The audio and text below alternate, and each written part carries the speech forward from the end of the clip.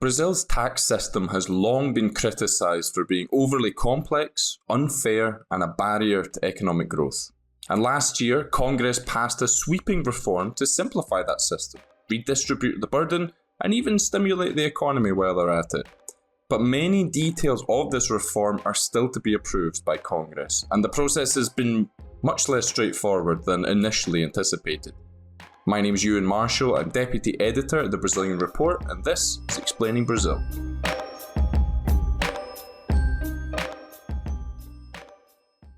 If you like Explaining Brazil, you should subscribe to our website, the Brazilian Report, which is the journalistic engine behind this podcast.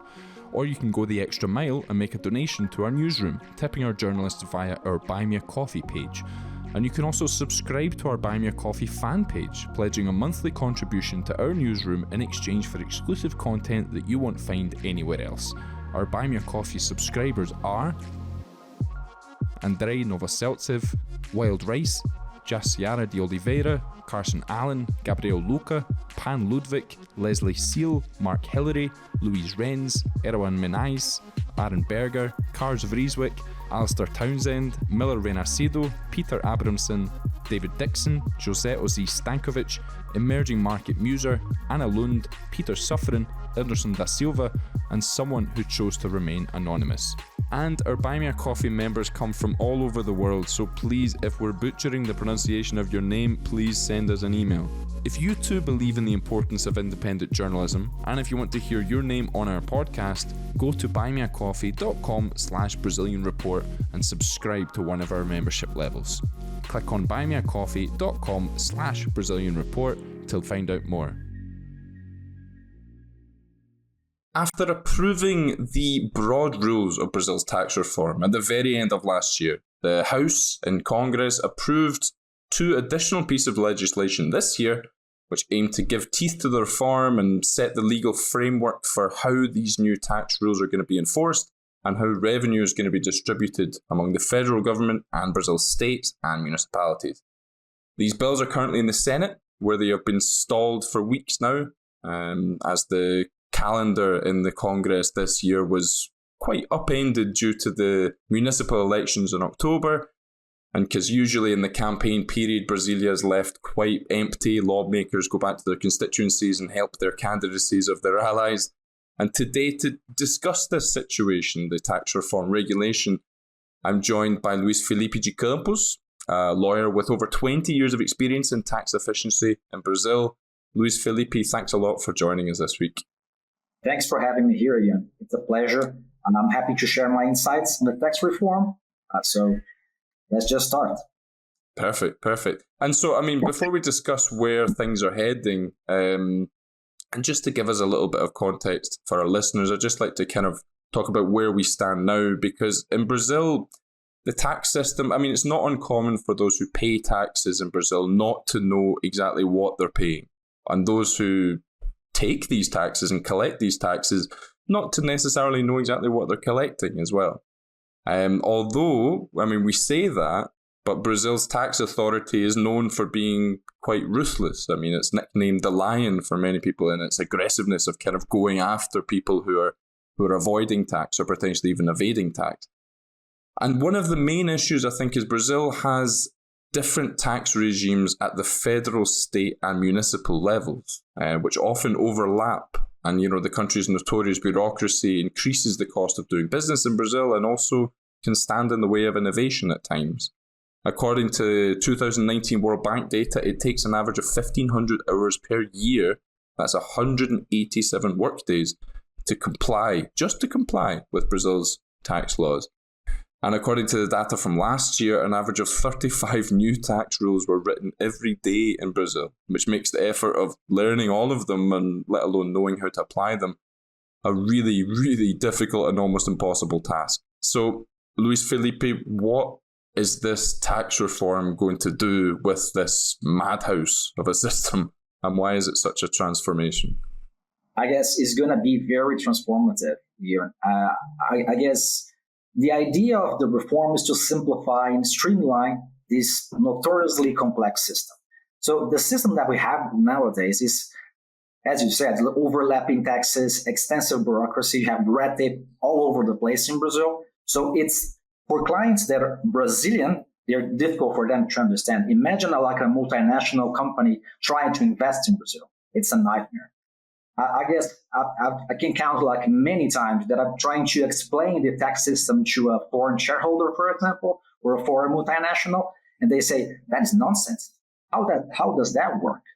And the idea, I guess, the current tax system has long been a burden on businesses and a barrier to economic growth. So I guess the idea of the reform is to simplify. So we're trying to consolidate 5 consumption taxes that we have in Brazil. They're VAT-like levies, and try to replace those with this federal contribution on goods and services. It's the CBS that we're calling here in Brazil. So we like our acronyms here in Brazil. And then we have the state and municipal tax on goods and services. That is called the IBS. So just the idea of just getting these 5 VAT-like levies and transform those into 2 different VAT. So these are VAT. It's a massive simplification of the current tax system. I guess this is going to be very good for businesses, for the reduction of the tax compliance burden. This will be very good for the country. And I mean, it's interesting you mentioned there, obviously, of consolidating all of these existing consumption taxes into these 2 VAT kind of like taxes there. And there's, at this point, when we're talking about regulating the tax reform, one of the things that people are dealing with is like the list of goods and services that are going to have like tax breaks, for example. And there's also, regulations being discussed about how to decide on redistributing all the tax revenue, which is such an important and contentious issue in Brazil. I mean, if you could tell us a little bit about that, about those 2 processes to pick which things are liable for tax breaks and which things, how do we redistribute tax revenue? So I guess the idea, so as you start giving tax breaks to specific taxpayers or specific sectors of the economy, you have problems because of course you need to increase the tax rate just to offset those. And the idea here is to try to identify what kind of products and goods and services that are very, I would say, essential for the economy. For example, medicines and medical devices. Of course, it's good for the economy, for the Brazilians, that they have, for example, a tax cut. So we have like a 0 rate VAT or a 30% reduction or 60% reduction for those. So I guess it makes sense. But of course, it's always discussions and lobbying on these discussions. Perhaps some medical devices got into the list of the reduction and some don't. So the point is, it's very specific. So the discussion on the Congress goes to discuss this. Another point is, for example, we have essential goods. It's kind of like the national food basket in Brazil. So what type of food could be or should be included in this type of situation? We're talking about meat, fish, cheese. Every time we include something, and meat was one specific point that was very discussed. There's a lot of discussions around this.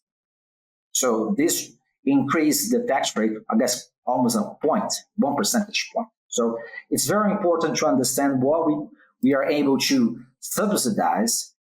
For example, there are discussions in Congress, on the Senate, on healthcare service providers, for example. This is very important, of course. We have the public system in Brazil. It's called SUS, S-U-S. And then, of course, we have private healthcare professionals and providers. And it's very important that we try to subsidize, at least to some extent, these healthcare providers, because we are trying to reduce the burden on the public system that is already, strained. So I guess the point is, it's trying the lobbying, and this kind of like lobbying goes to discussing in sectors what should be subsidized and what should not be incentivized. And I guess this is the point. Another point is the sin tax. I guess this is very common in some discussions in Europe. For example, you have this author is called Pigou, and this called Pigouvian tax or the sin tax system. This guy tried to demonstrate how we should tax something that have a negative externality. So what we're trying to do here is trying to reduce the consumption, for example, of alcoholic beverages. So of course, we're going to have a sin tax try to disincentivize the consumption of alcoholic beverages. What we also can have is a disincentive used through the sin tax of sugary drinks consumption, for example. This is also going to be subject to the sin tax and trying to reduce the negative externality the sugary drinks allegedly produce, and as well as tobacco products, for example. So I guess this sin tax and the do's and don'ts on the election of the sectors that should be eligible for a tax incentive, that's massive, because this plays with the interrole in the politics of the selection of the sectors here. What we're talking about is should we incentivize this part of the Brazilian system? Yes, we should. So how much? For example, in the discussions in the Senate, I guess last week or the week before that, we had discussions, for example, of healthcare professionals.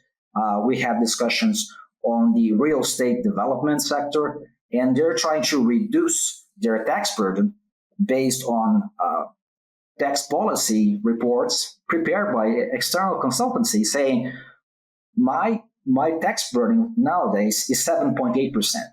If you just decrease me 40%, the tax burden, the overall tax rate, I'm going to still be paying 12%.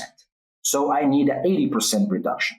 So I guess everyone is trying to maintain the tax burden they are already incurring in the current system. And I guess that's the idea.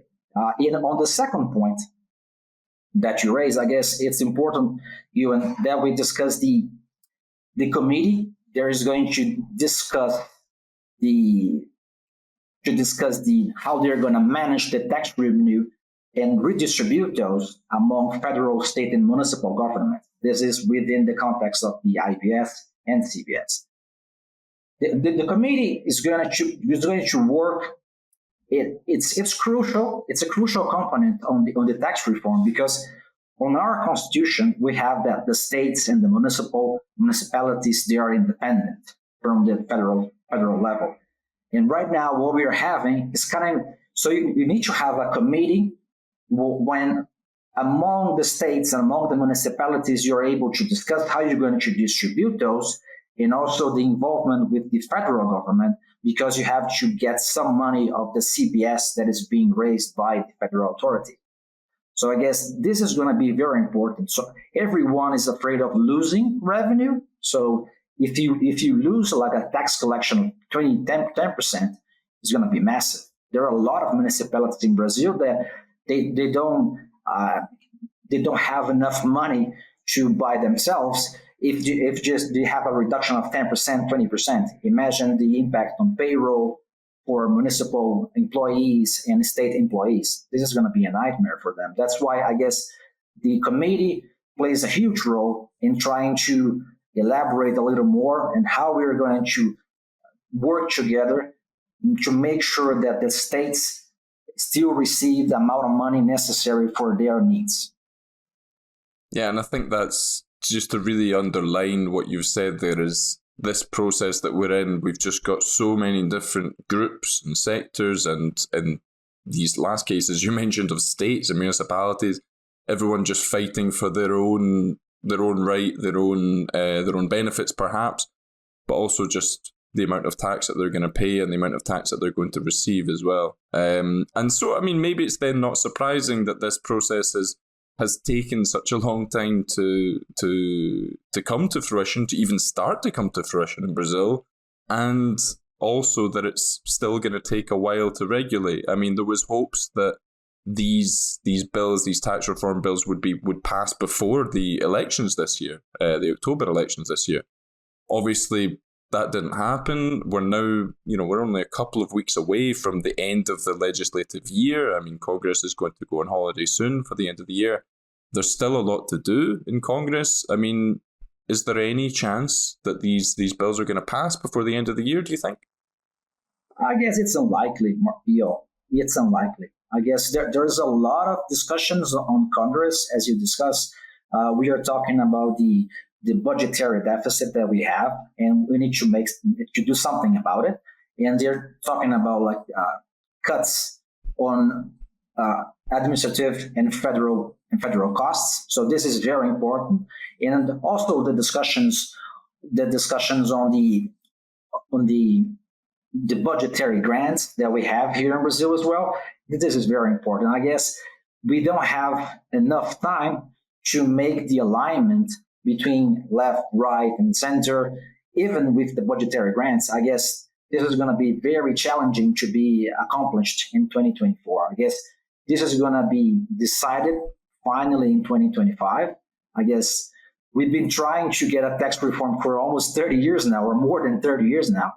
And I guess it's important that right now we have a more close consensus that this is possible and we need to do it, because it's just compromising Brazil's success as a country, as an opportunity for the future. And I mean, you mentioned there we've been trying to have a tax reform in Brazil for about 30 years now. I mean, there have been attempts in the past. What makes this reform different from those attempts? So I guess the idea, the supplementary law that started this whole process over here, was based on a project on a bill of law was discussed maybe 27 years ago. So I guess right now, what this reform differs from previous attempts, I guess right now we have a broader political consensus and I guess a more comprehensive approach. Before, we were discussing and still trying to respect the constitutional grounds of saying this is a federal level, this is in states, and the states should be discussing something different. Right now, what we are doing, this comprehensive approach, is trying to bring everyone together. Of course, we still have the CBS and IBS. They're two different VATs, but at least they follow the same guidelines. And this is very important for like tax compliance purposes, for example, because if you, as you know, we have like a state VAT in Brazil. It's called ICMS, the current tax system. This is a nightmare. Imagine you're operating in 27 different states in Brazil. You need to be aware of the legislation of each state.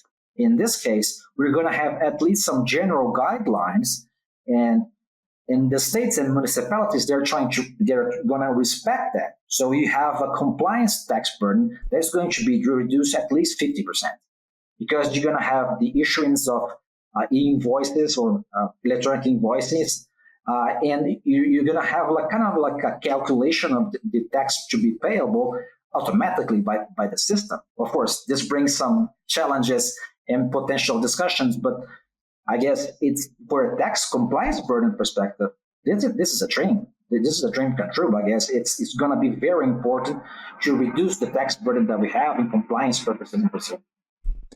Well, yeah, let's focus a little bit on that then, because of your expertise in tax efficiency. Because I mean, you mentioned there the need for companies, the need to kind of learn the rules and understand the rules for all Brazil's 27 states when it comes to the ICMS tax.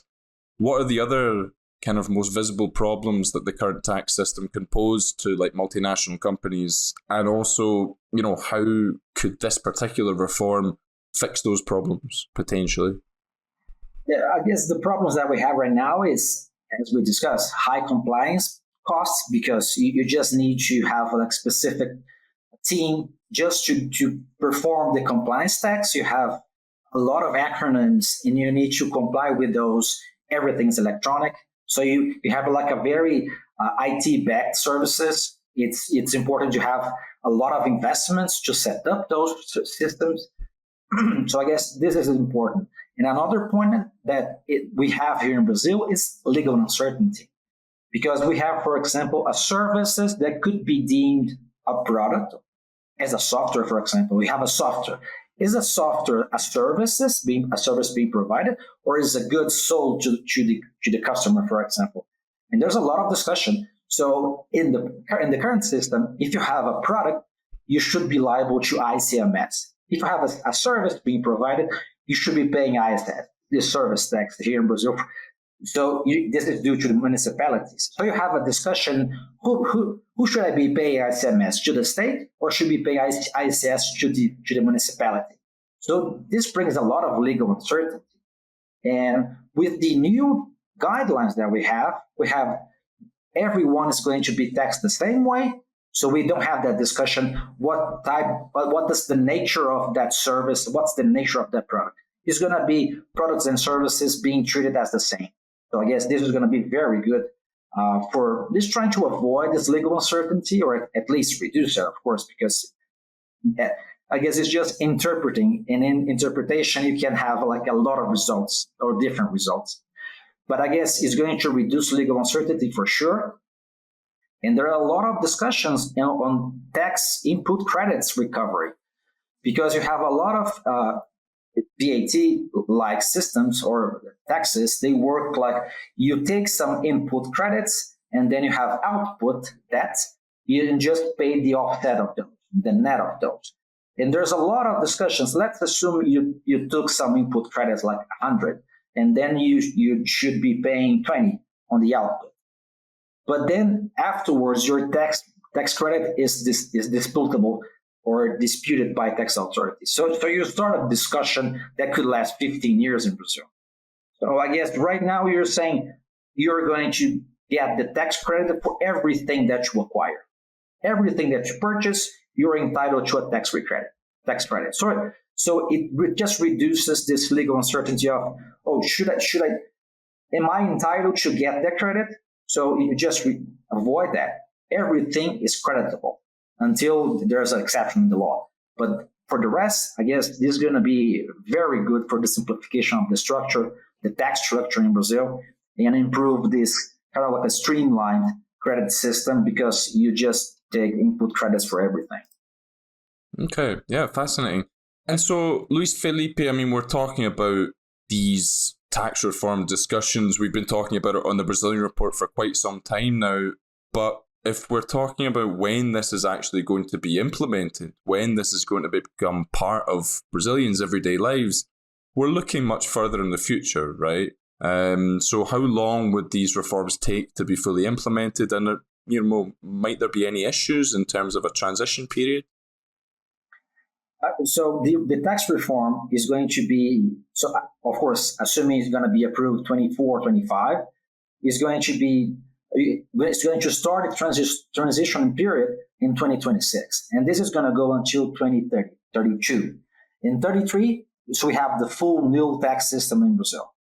So the implications for businesses is they're going to have to be adapting their IT services, the IT-backed services that they have, their accounting systems, for example.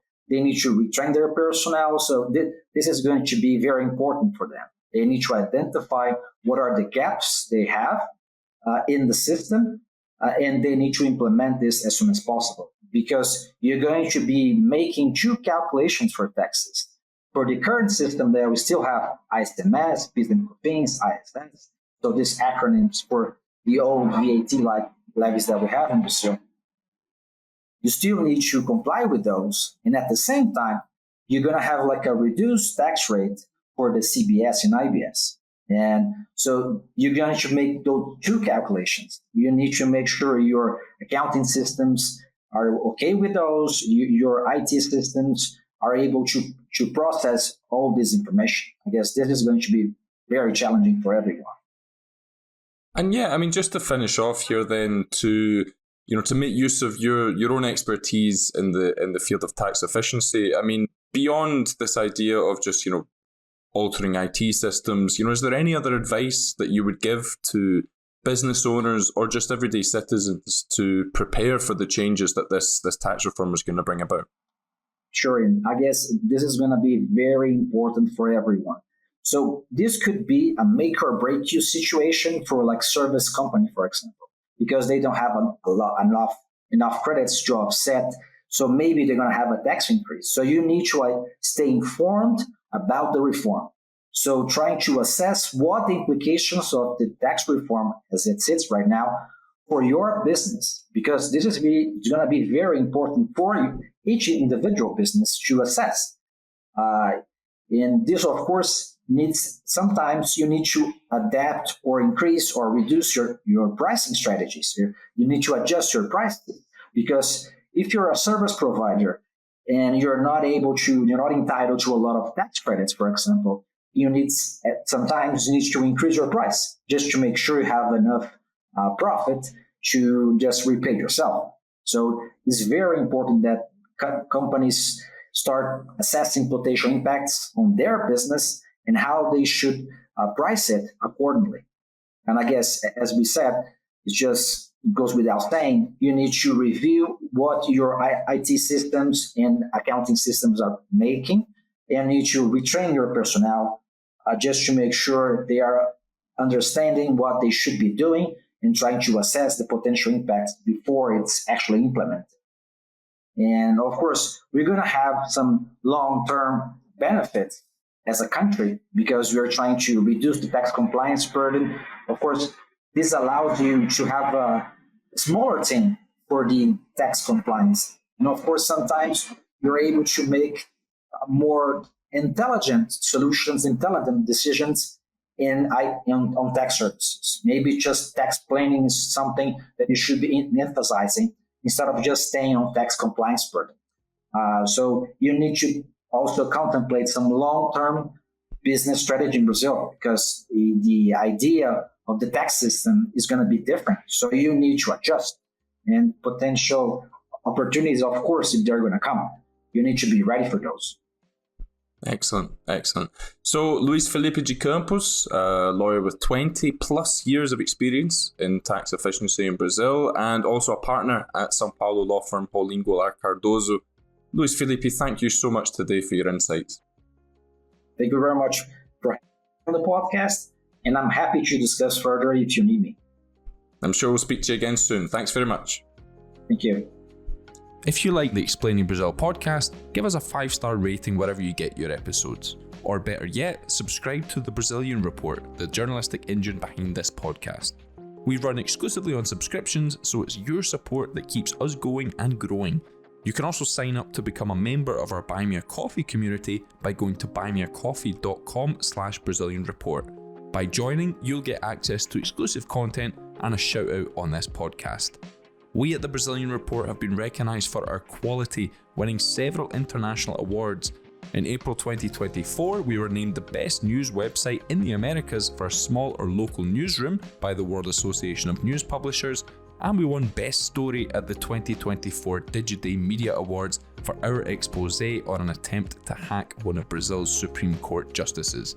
And to continue doing this work, we need your support, so go to Brazilian.report. Thanks for listening. Explaining Brazil will be back next week.